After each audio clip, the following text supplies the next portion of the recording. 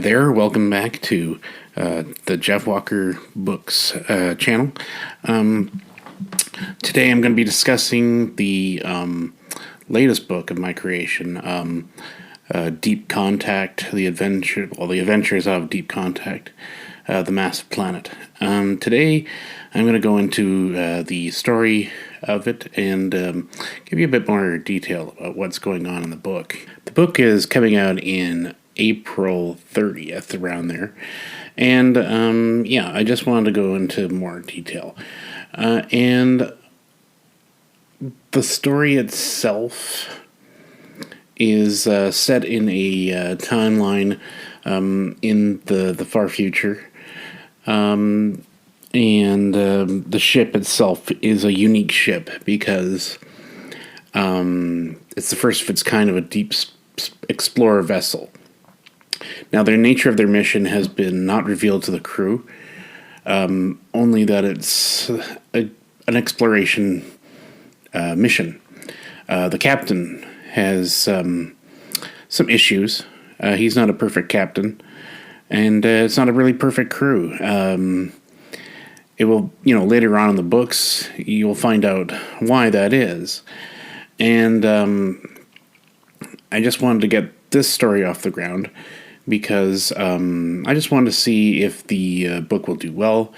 It's a very adventurous story. The crew accidentally runs into a massive planet, as the title suggests.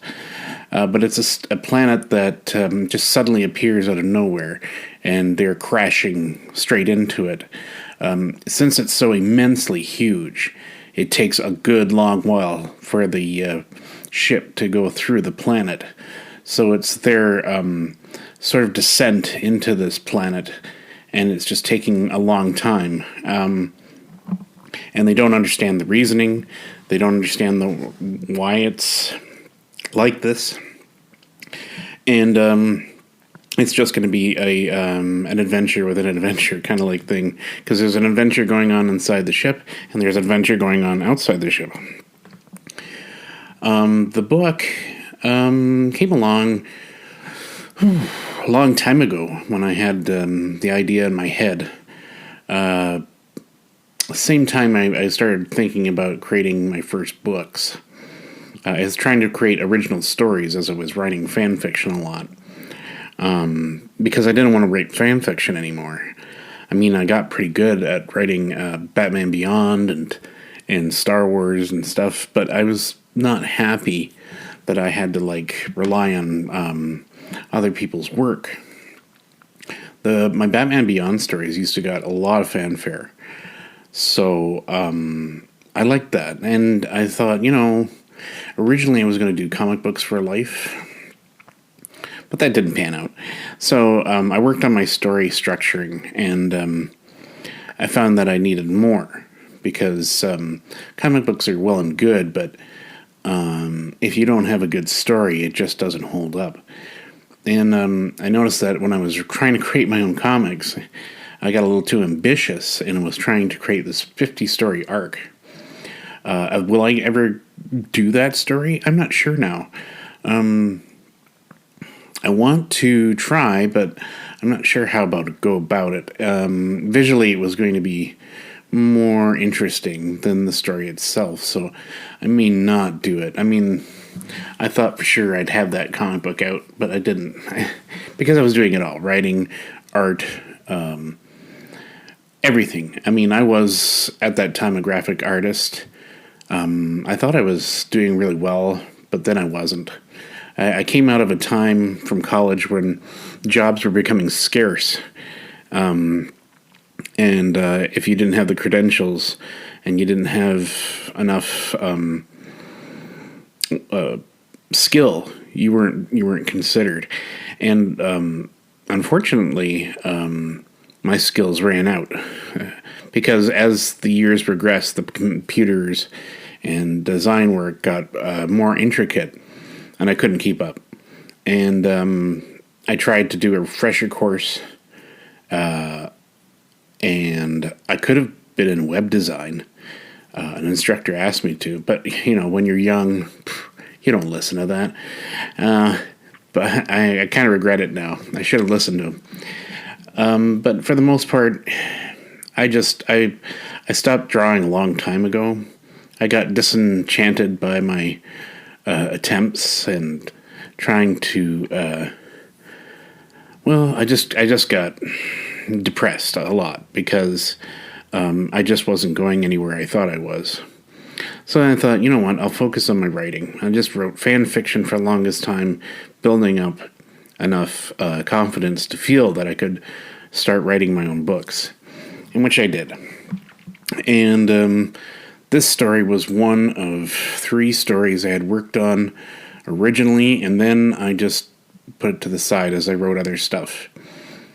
Eventually I wrote The Long Lost War, which is my most successful novella, and is out now and available for anyone that wants to go read it. It's on Kindle Unlimited, it's on print on demand, it's on Audible, and I have all these other books available on Amazon. So if you click on to Amazon, my Amazon link, you can go directly there and see all my books, including this one.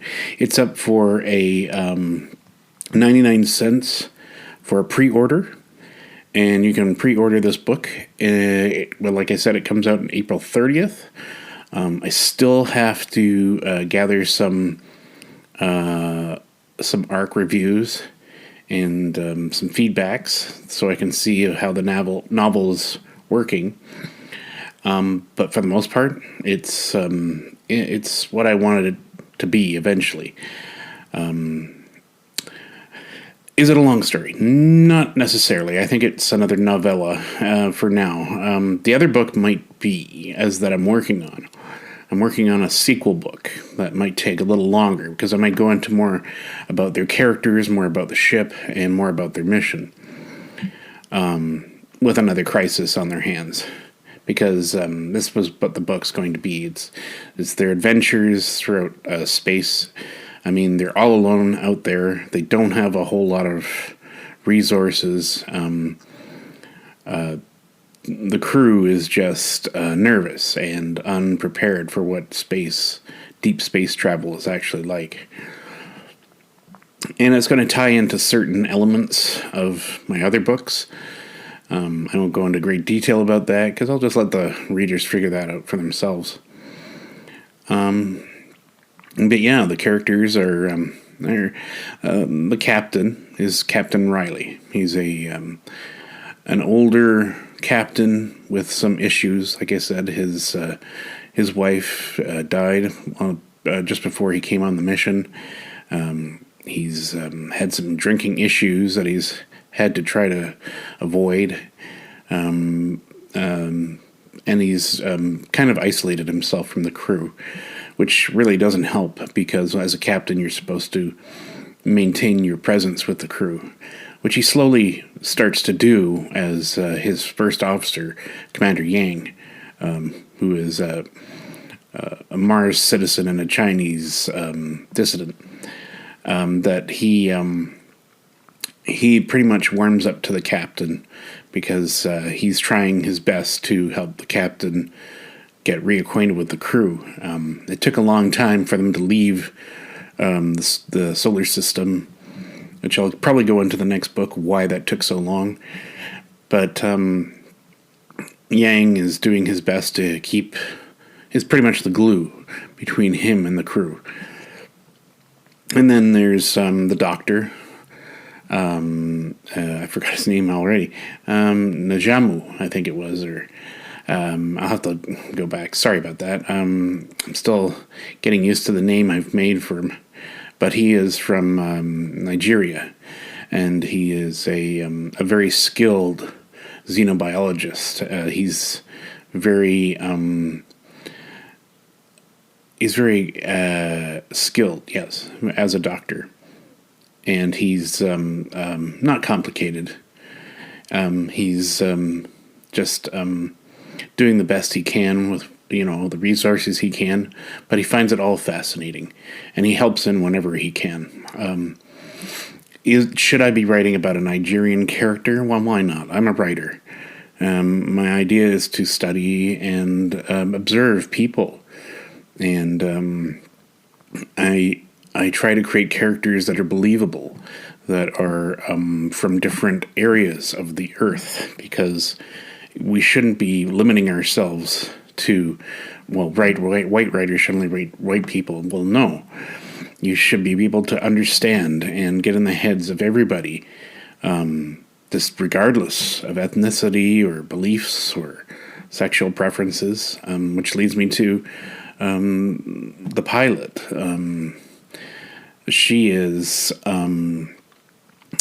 lesbian, and I make no bones about what she is, but I try to like see her as a person and not some I don't know, cause or anything like that.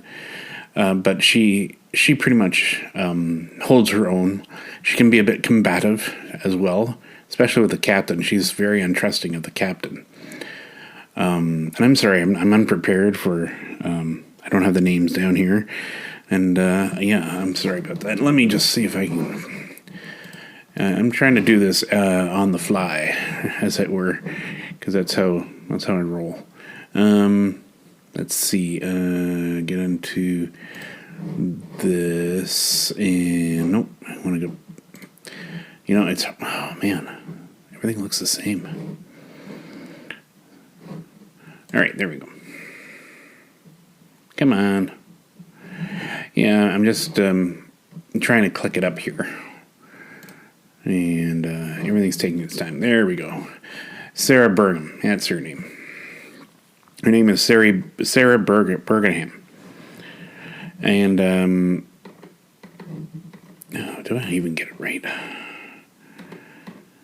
Yeah, I'm sorry about that. I guess I should be editing this, but I don't want to. I want you to just hear what I'm going through here. Anyway, Captain and Yang, yeah, they're going to have like a good relationship. They're going to be like buddies by the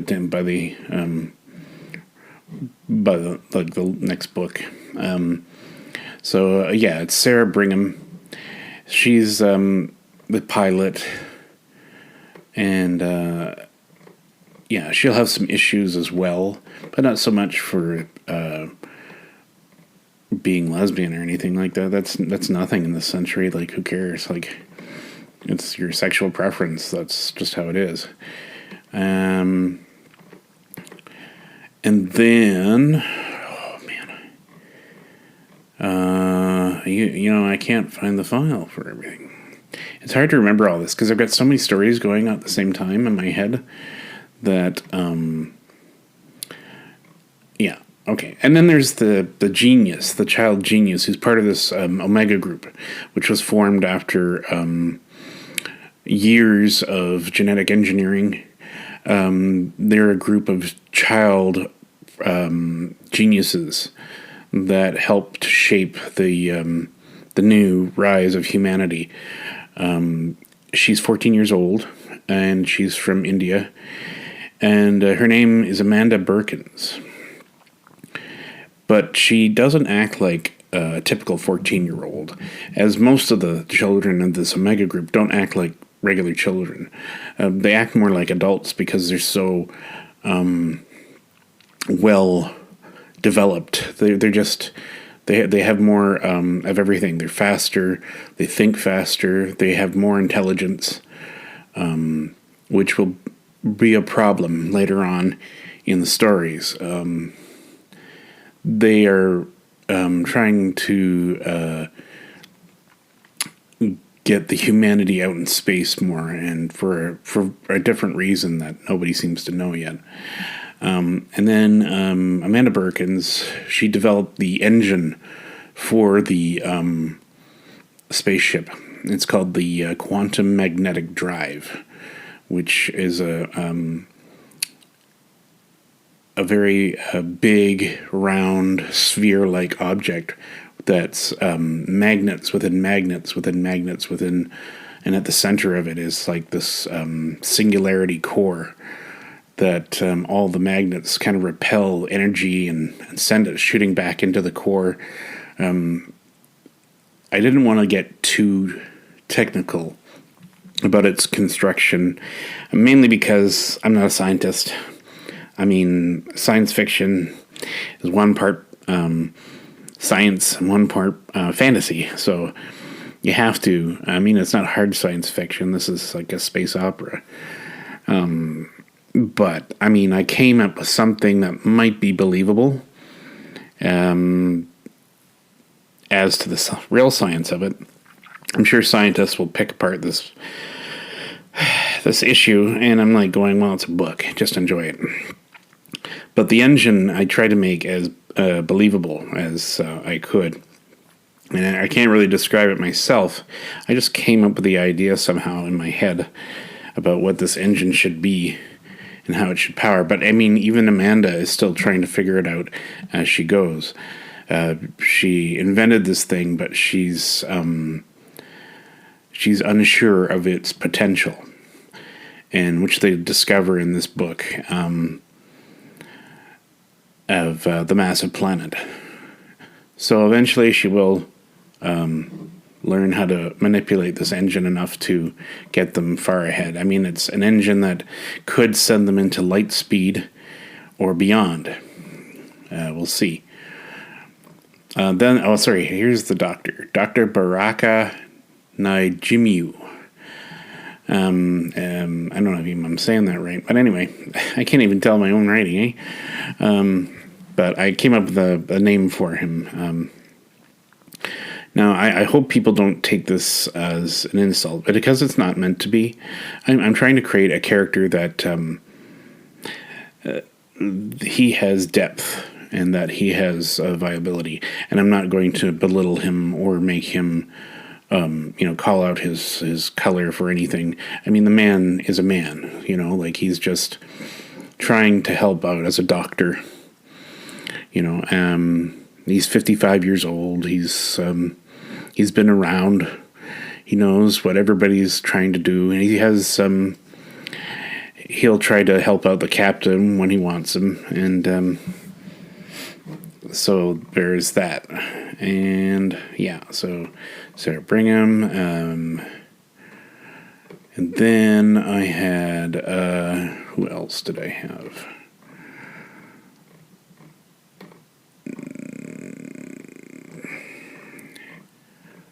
Yeah, I'm sorry that I've not I hadn't been more prepared. It's just how I am. I'm not a speaker, so I don't do this on a daily basis.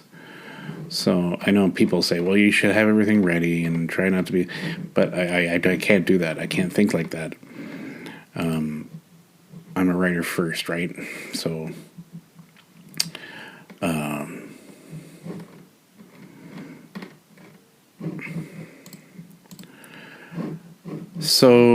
yeah, and I was just trying to think of the next character here. Jen Sakura. She's a Japanese science officer who's on board, and she's kind of very Spock-like in a way, and I kind of mocked her about that sort of thing in the book, but she's not meant to be. She's not going to be just so rigid like Spock. I mean, she's human, obviously, so, but at the same time, she's very very scientific. She has a science mind. She and Jen, Jen and Sarah will have sort of a relationship going on in the book, and well, that will stem on through the series. Sarah is more like a Captain Kirk lover kind of like thing, love him, leave him kind of thing, so she'll kind of like go into that. And then there's Ensign Robinson, who's going to be more in the books later, but I mean, he's a very young, cocky kind of Southern kid big toothy grin kind of thing. I kind of keep telling him like he's got a big toothy grin. I kind of think of Jake Busey when I think of him, because that's who I had in mind for this character. If you've ever seen Jake Busey, he's got that big toothy grin. That's who I had in mind when I wrote that character specifically. Kind of like Captain Riley. I thought of Liam Neeson as Captain Riley. So he is Irish, and I'll try to get that in there too. For the most part, that's the crew, the main crew anyway. Sorry if I bored you while trying to find this stuff. Like I said, I tend to forget myself sometimes after I've written it. But I hope to increase the characters' potential as the stories progress. The book is done in my mind, and there might be some tweaking if these replies come back, if there's any issues with them. But for the most part, it's ready. I'm really happy how it turned out. It took a while, longer than I thought it would. I was working on Long Lost War, more so. I mean, I was feverish with Long Lost War. And once this book started going, I started like getting on it, trying to get the chapters out. It's shorter, that's for sure. So that's why it's not going to be a novel. It's going to be a novella. It's just under the 50. So I'm 50,000 words. Currently, you have to be 50,000 words to be categorized as a novel. But they prefer 80, which I don't think I could do for right now. But so then I'll have to go to the next one. Anyway, so that's the story of that. And yeah, so they encounter a planet that shouldn't be there. They drift in, they get sucked in. There's a whole scenario going on the ship. Tension is high. And I try to make it an actionable book to get just get a sense of where this sort of story is heading. And I hope it does well. And I hope you enjoy the book. I do intend to continue the series. And like I said, I've started the second book already.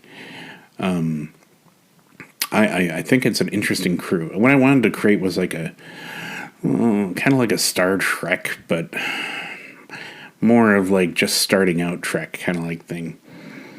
But this ship is built more like a submarine, so it's long, it's slender, and it's packed with 150 crew. And it has like a really tough outer shell, so that it can travel through space no problem. It has like guns and stuff like that. It's a military ship, kind of hybrid. So I hope everybody enjoys this ship that I've created.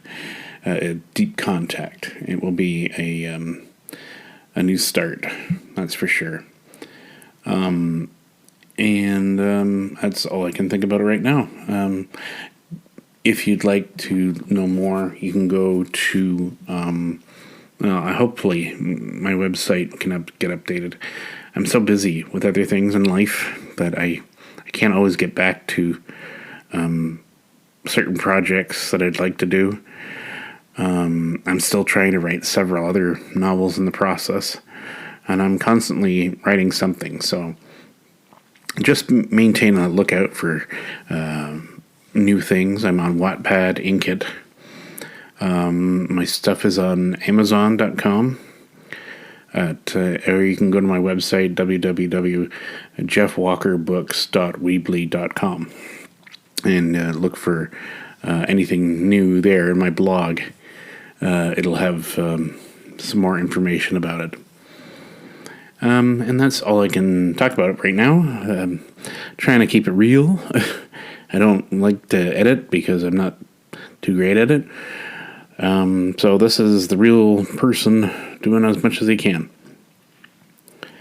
And then I'll just leave it at that. So thank you for joining me for this episode. And yes, I will try to do better next time. Thank you very much, and have a good day.